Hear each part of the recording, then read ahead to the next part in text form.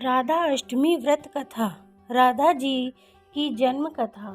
भाद्र मास के शुक्ल पक्ष की अष्टमी को राधा अष्टमी यानी राधा रानी के प्राकट्य दिवस के रूप में मनाया जाता है। द्वापर युग में इस पावन तिथि पर देवी राधा का जन्म हुआ था। पौराणिक कथाओं में बताया गया है कि राधा जी का जन्म माता के गर्भ से नहीं बल्कि वृषभानु जी की तपोभूमि से प्रकट हुई थी। ब्रह्म वैवर्त पुराण में राधा जी के जन्म की जो कथा बताई गई है वह इस प्रकार है। राधा श्री कृष्ण के साथ गोलोक में निवास करती थी। एक बार देवी राधा गोलोक में नहीं थी। उस समय श्री कृष्ण अपनी एक सखी विराजा के साथ गोलोक में विहार कर रहे थे। राधा जी यह सुनकर क्रोधित हो गई और तुरंत श्री कृष्ण के पास जा पहुंची और उन्हें भला बुरा कहने लगी। यह देखकर कान्हा के मित्र श्री दामा को बुरा लगा और उन्होंने राधा को पृथ्वी पर जन्म लेने का शाप दे दिया।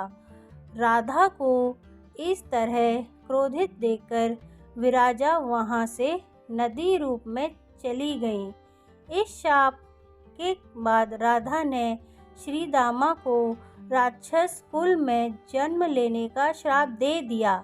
देवी राधा के शाप के कारण ही श्री दामा ने शंखचूर्ण राक्षस के रूप में जन्म लिया।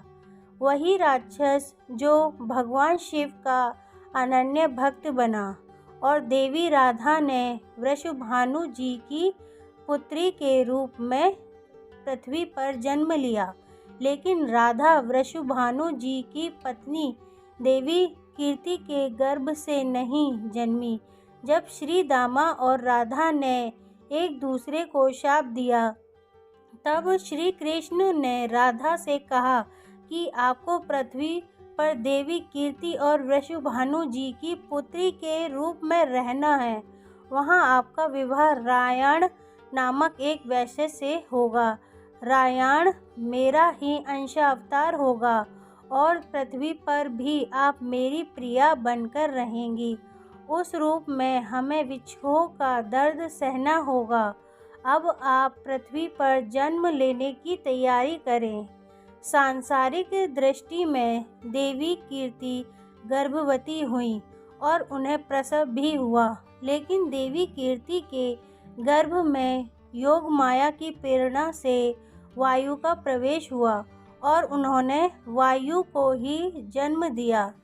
जब वह प्रसव पीड़ा से गुजर रही थी उसी समय वहाँ देवी राधा कन्या के रूप में प्रकट हो गई। कृष्ण प्रिया राधा रानी के प्राकट्य दिवस पर व्रत रखने से भगवान कृष्ण भी प्रसन्न होते हैं और मनोवांछित फल प्रदान करते हैं। राधा नाम संसार के सभी दुखों को हरने वाला है।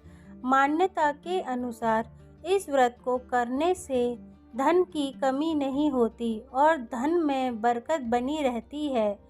ऐसे रखें व्रत और पूजा विधि। सुबह सुबह स्नान आदि से निवृत्त होकर सूर्य देवता को जल अर्पित करें। इसके बाद मंडप के नीचे मंडल बनाकर उसके मध्य भाग में मिट्टी या तांबे का कलश स्थापित करें।